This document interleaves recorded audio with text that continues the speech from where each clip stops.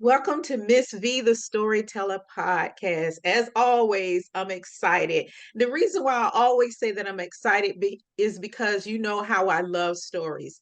And I love when women come on, women entrepreneurs come on, and they tell us about themselves, but then they share a story with us so that we can get to know them.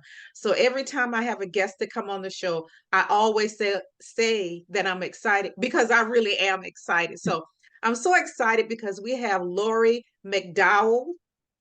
Did I say it right? You got it right. Yes. She is going to be sharing a story with us. But before we get to the story part of it, Lori's going to tell us a little bit about herself. So, Lori, go ahead and share a little bit about yourself.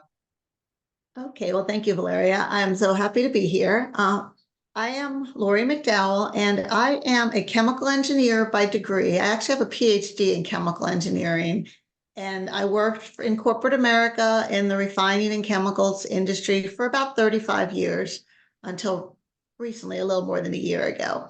And I decided to reinvent my life and change my life. And I am now an author, a speaker, and a coach slash trainer. And what I do is I wrote a book called the Reinvention Mindset, and that book will be coming out next month. And then I talk about my book, my experience, and I teach and coach people who are stuck or who want to change their life, and I help them figure out what's holding them back, where they want to go, and help them conquer whatever's holding them back and break through to live the life they desire. So I I believe the world is an amazing place. I think it's, adventure. I love adventure. I love joy. And I want everyone in the world to be able to find their own inner joy and to find the adventure that's going to make them live the life they desire. So that's I me. agree with that statement right there. Everyone needs to find their joy because life, as they say, life be life in, but we need to find joy in the life as it be life in. But Mhm. I am so impressed because I have not met a chemical engineer before as a woman. So I'm impressed. You ladies out there, let's give her some kudos because listen, we have lady chemical engineers out there left for 30 years. That is amazing. I love it. Ooh, I know you have some stories. You know, if we had time, you could share some stories about that, Yeah. especially being in a male dominated field. Ooh, I know. But anyway, we're going to talk about some stories. She's I going to have share a quite a story. few. And you know how I feel about stories. You all, I want you to be out there sharing your story. I want you to connect with your kids through stories, even people on your job. If you have a coworker who's going through something and you've been through it, share your story with that coworker to help them to get through whatever it is. You never know. You may be the person that they needed to hear your story to help them through that next stage. So, me and my in stories. Love, love, love them. So Lori's going to share a story with us today, and we're just going to sit back and we're going to listen. So Lori, take it away. Share your story. All right, thank you. Yeah, so I mentioned that I was working in corporate America until about a little over a year ago. Well, it was while I was thinking about leaving corporate America, it was not necessarily my choice. So I woke up one morning and I had a meeting with the customer, and my boss was on the meeting, and it was a great meeting. We were talking about a big project that I had just won for the customer. And later that afternoon, I was supposed to drive to a 2-day sales meeting. I live outside of Houston. The sales meeting was north of Austin, so it's about a 4-hour drive. So I left my house around noon after finishing some things and drove to the meeting. I had planned to meet my boss for, we were supposed to review some things at 4:30, and then we had a dinner at 7 o'clock that night. So I drove to the meeting and I went to check into the hotel 4 hours later. It's a pretty long, boring drive. So I was ready to just sit and relax for a few minutes. And as I go to check into the hotel, the clerk says, "Oh, I'm sorry, ma'am, your room was canceled." I'm like, "Oh, that's strange." Oh, it must be a mistake. The hotel must have canceled it. So I asked if they, do you have rooms? She's like, "Oh, yeah, we have rooms." I was like, "Okay, can you please reinstate it?" So she reinstated my room. At the same time, one of my coworkers was checking in, and I asked him, "Is your room good?" His room was fine. And we kind of joked around. He's like, "Oh, that's how they tell you you're fired." I was like, yeah, okay. So we kind of joked around about this. I went up to my room, unpacked, got everything ready, had about 20 minutes till the meeting with my boss. And then I went down and met my boss in the conference room. As I walked in the conference room, my intuition just kind of told me, like, I got a bad feeling. Something's not right here. My boss was sitting there, and there was another man, another vice president in our company sitting there. I knew he was going to be at the dinner later that night, but there was no reason for him to be in this meeting. And then I noticed my boss had his cell phone sitting on the table in front of him, and there was someone on the phone. So I walked in and they all said, hi, how are you? And then all of a sudden, the voice from the cell phone says, this is Angie in HR. We are Mm. terminating you. You will be paid till the end of the day. Turn in your laptop and company credit card immediately. Oh my God. And I think my heart stopped for a minute. I was just like, did I hear that right? And it was kind of like, what? And I was just like, did you just make me drive 4 hours to fire me? Like, who does that? That's crazy. You couldn't have fired me this morning. And I was in shock. I was angry. I was like, well, how could you do this? I was terrified because suddenly, you're paying me till the end of the day. I'm not getting some kind of severance package. I was really mad because I'm 4 hours away from my home. It's now close to 5 o'clock at night, and I know I'm going to have to drive home in rush hour traffic. And I just didn't understand. I was a mess. Part of me felt like I was going to throw up. So I left the room. My boss came over to me after. He's like, "Oh," and I was like, "Just go away. I don't even want it. Don't tell me that wasn't your idea. Just get out of here." Trying to make it sound like it was all HR's idea. And I had been a top performer in this company I had been there for 10 years. I was the face of the company at conferences, but the boss who I'd worked for many years had retired about a year prior to this, Mm.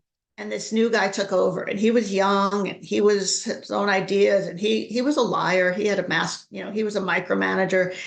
We didn't necessarily, we on the face we acted like we liked each other, but we had conflict, and he knew that I wasn't going to be the person to sit down and just do exactly what he told me to. I wasn't going to buy into their new Kool-Aid. I wasn't drinking it.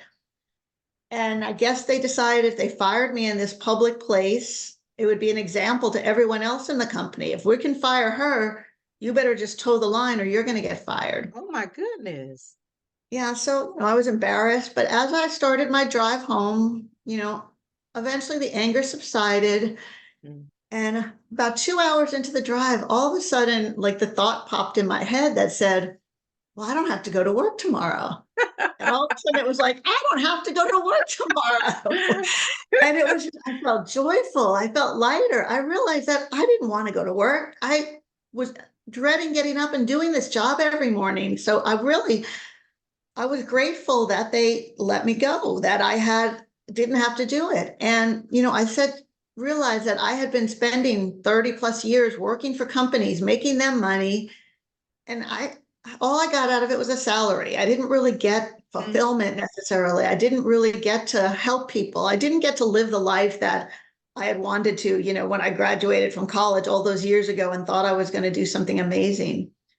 So I started that day. I decided that I'm going to figure out what I want to do and I'm going to work for myself. And I always wanted to write a book. So I said, well, I have time now. I'll write a book. And that's really where I started on this journey.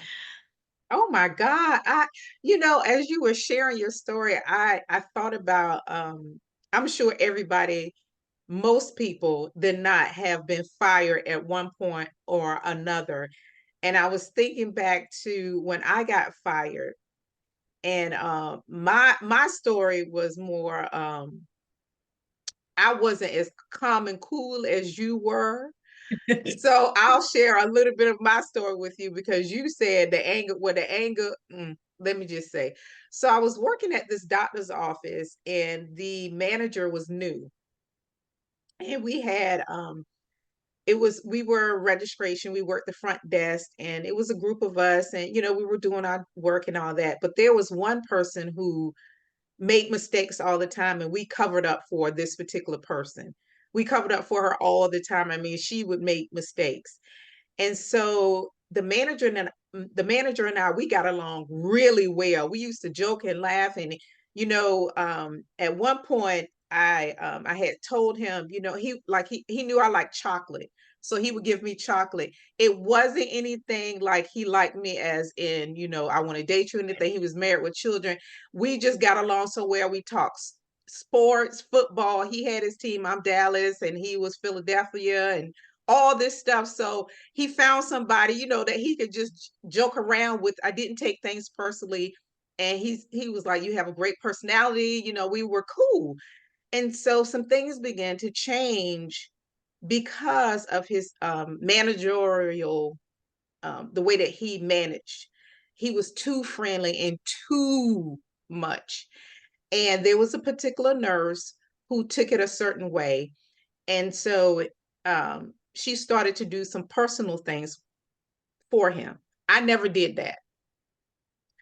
And so when he would ask her to do personal things, she would let the office know. It wasn't like he was advertising it. He would say, oh, can you do me a favor? Can you do this, whatever? But she would make sure everyone knows. So let's fast forward. We had a patient who had was coming in. Now, one of the doctors, she said, this patient cannot be seen without so and so and so on. So I knew it when the patient came in. I told the nurse, I said, and let's say Dr. Sunshine said that, we can't really see this patient here because there are certain things that have to be in place in order for us to see him in the practice. The nurse took the patient back anyway, and she decided she was going to do whatever she wants to. So Dr. Sunshine came around and asked me, was the patient there? And I said, yes. And she called me around and she said, did you tell her what I said? I said, yes, I did. She said, okay. She said, okay, when the patient comes back up, I need you to let me know. And so let's fast forward. The patient was not seen because I think it was a legal kind of thing. I'm not sure 100% what the Yeah. reasoning was, but the doctor has the last word and the nurse should have never did what she did. So she called me back and she said, she's going to be mad. We know how her and let's call him Charlie, the manager, is. And she said, but you stand your ground and you tell them that I told you what to do. And if anything comes out of this, you let me know. I said, okay, that was fine. And so I did not know this, but some people had been complaining about the manager and her and some other things that was going on in the department. I look up, HR is there. HR comes to the practice. We all go and they want to meet with us one-on-one. And so they promised us that nothing would happen to us if we shared and told the truth. And so when they called me, I went in the back and I was just really struggling because there were some things that I was like, they really need to know this because this really needs to change. And once this changed, it would probably make it so much better because people were calling out. Nobody wanted to come to work. They had changed on him because he had changed and all that. So I only told them two things. And the two things that I told them, I knew everybody else was going to complain about it. So I just reiterated what I knew they were going to say. I did not say, some things that I knew about the manager and Miss Thing, the nurse. So he promised everybody and he kept looking at me and he said, I feel like you want to tell me something, but you're afraid. And I said, I am. And long story short, I ended up telling him. And I did tell him one thing, and that was about the two of them. And I said, it just doesn't look good. I didn't go into specifics, but I let them know that whatever is happening, it doesn't look good for us to know, and it just doesn't look good. So anyway, so he said, I guarantee you will not get fired. Nothing will happen to you. This is just between me and you, blah, blah, blah. So fast forward a week later, now the incident that I was telling you about, it comes around. And I'm called into the office about this particular incident. And I said, you know, Dr. Sunshine said that this patient cannot be seen. I think it's a liability. Dr. So-and-so wasn't there and she wasn't going to touch him. The nurse had no right to call her and all that. And he said to me, he was like, okay, I leave out. So now the registration girl, remember the one that I told you that we kept um, fixing her mistakes and all that? Her. Okay. She had become the assistant over us. And her and I did not get along. And so she came and got me and called me into the room and asked me what was going on because they didn't know. And so I was sharing with them. And then I said something about the nurse. And I said, I don't like when she does that. I said, she's always asserting herself and trying to make herself more than. And I'm just sharing, about my frustrations and all that. Let me tell you, that girl went back and told the manager that I said a whole bunch of stuff that I did not say, but that was her way of getting me out because she lied to him and she told him. I come to work the next day. I come to work. I work all day, just like you did. I worked all day. I see Mr. Sunshine's. I mean, I saw my manager's manager come in. She was like, hey, I said hi. She goes in. It's at the end of the day. And I'm like, if she's here, something going on. Next thing I know, I'm called in. He's telling me, he said, well, so and so said that you said this, that, and the other, about the incident. And I said, I did say that. I'm not going to lie. I did say that. And I said, it's the truth. But you can't say things like that. You can't say things like that because it could be a threat. I said, but the person wasn't in the room when I said it. So I didn't threaten her. I Yeah. said it makes me mad when she does things like that. And I said, I'm so mad sometimes I could just do whatever. I was just venting off. And I said, I never threatened her. I never, anyway. So they told me that I was fired. And I sat there for a minute and his boss was sitting beside me. She didn't say one word. And I said, he said, I need you to sign this. And I said, okay. And as I had that pen in my hand, I said, wait a minute. Before I sign this, let me get some things off of my chest. And I said, the relationship between you and nurse so and so on, you need to shut that down. I said, because she's telling everybody, I spilled the beans about that. I told him about some other things that was going on there, and his boss eyes went like this. I said, so y'all want to play dirty? I got you dirty. I'm already fired. And I was young. Don't get me wrong, I was young. And when you're young, you do crazy things. And that's exactly what I did. I did something crazy. I just spilled the beans. His boss with eyes like, oh my God, I can't believe she did that. And then I signed it, and then it asked you something and I commented. I wrote in the comments and everything. And then I put down that HR promised me that if I shared certain things, I would not get fired. And I was like, look at this. I got fired. And then I just walked and I just left out. But the thing about it was a lot of the nurses, oh my God, the nurses called me and they was like, I can't believe you got fired. I said, don't worry about it. But I told them everything that was going. They was like, you did? I said, yes.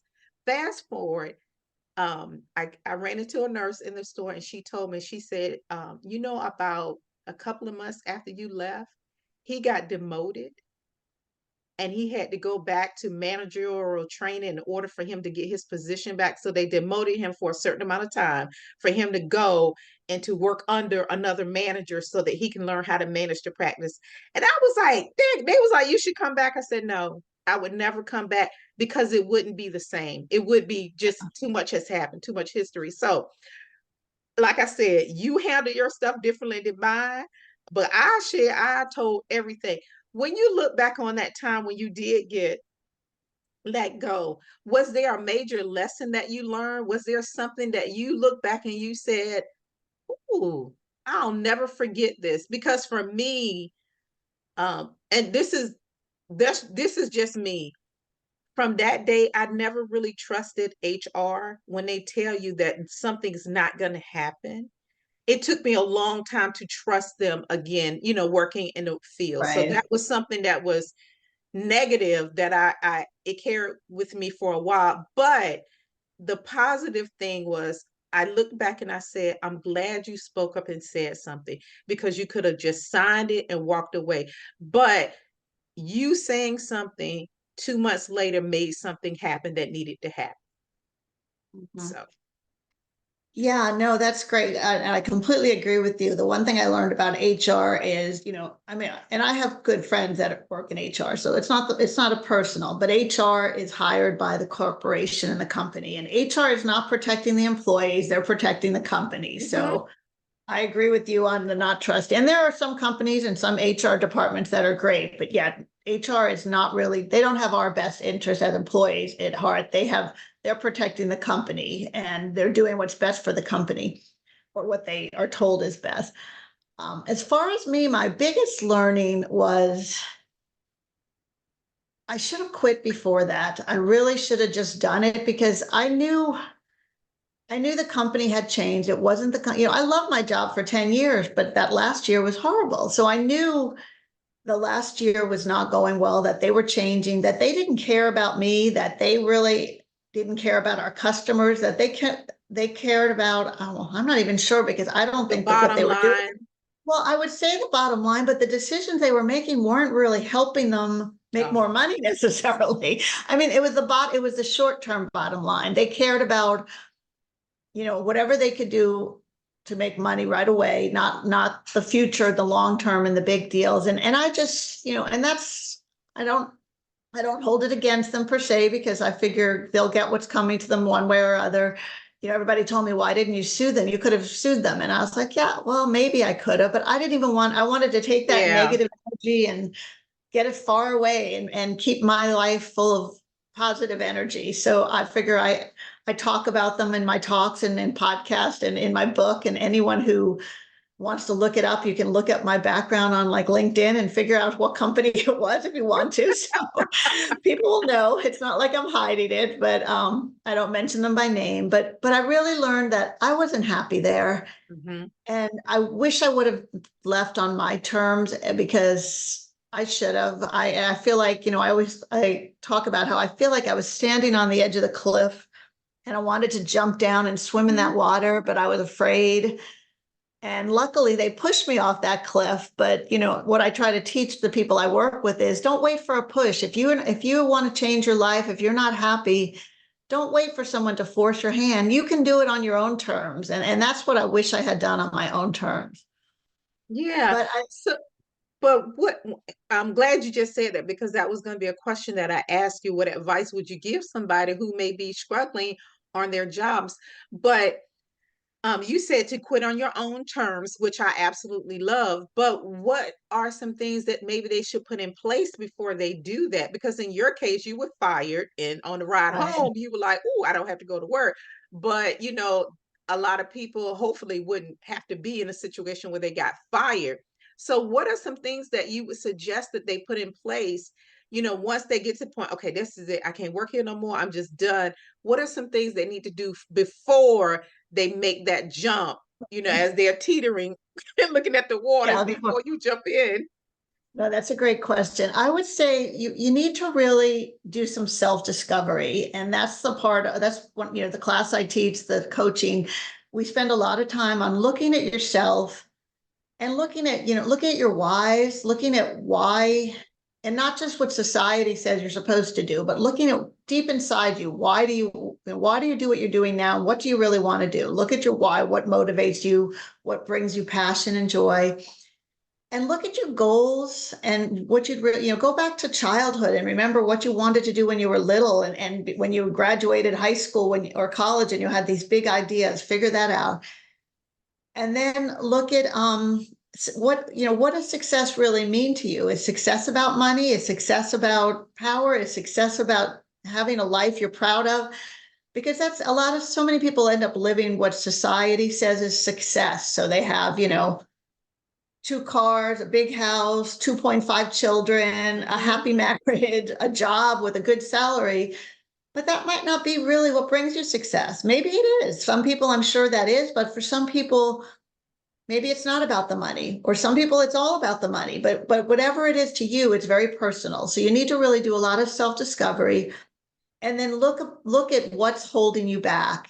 And I truly believe that we all have everything that we need inside of us, that the universe is going to provide, that we can all, everything we need we have.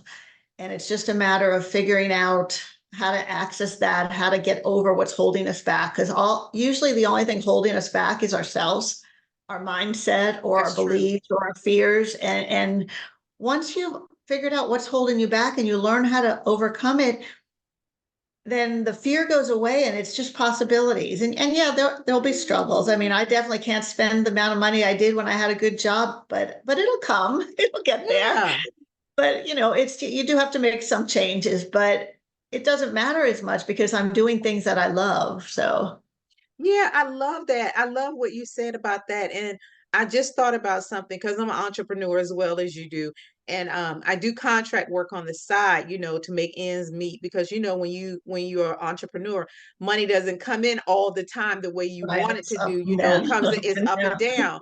So what I one of the things that I really like that you said is that you go back and you find your why and your passion for what you like to do and you do it. But I think that you also need to surround yourself with the like-minded people so that when you have those down days, they can give you words of inspiration and lift you up because it can be lonely, especially if you're by yourself, you don't have partners, you're doing all the work yourself. It can be hard and lonely, but having a circle, do you agree? Or having people that I can give you that word. Do you agree? I completely agree. It's like you were reading just before you said that. I was thinking you need to ask for help. You need to have a circle, and it's like there's an actor, Ryan Tyree Henry. I don't know if you know who he is. He's an actor, but he has a quote that he said on a podcast I was listening to, and it says, make sure you circle yourself with friends. But if your circle is not supporting you, it's not a circle, it's a cage. So you need to have the Ooh. people around you that are going to lift you up. And the one thing I found when I started my own business is there are so many supportive people out there, Mhm. complete strangers. Like the night I got fired, I went on a call with a woman who I was kind of working with on mindfulness and meditation. And we had kind of a group call. And I had these people I had never met before giving me so much support and love and just telling me, don't worry, it'll be okay. And you're going to do great things. And it's out there. We just sometimes have to ask for it. But the help and the support is definitely there because, yeah, nobody could do it alone. And even when I interviewed people in my book who did amazing things, they all said they had help from both, Mhm. help. They asked for help. They had a supportive time. And they also had help from a higher power, whether it Yes. was God, the universe, but they Yes. had faith. They needed to believe in something else. Yes, I agree wholeheartedly with that statement right there because I'm a God girl and it's been a lot of praying going on. But that is something that I had to learn. And that's why I brought it up because it's something that I had to learn to ask for help. I can't carry the load by myself. If I could, I would.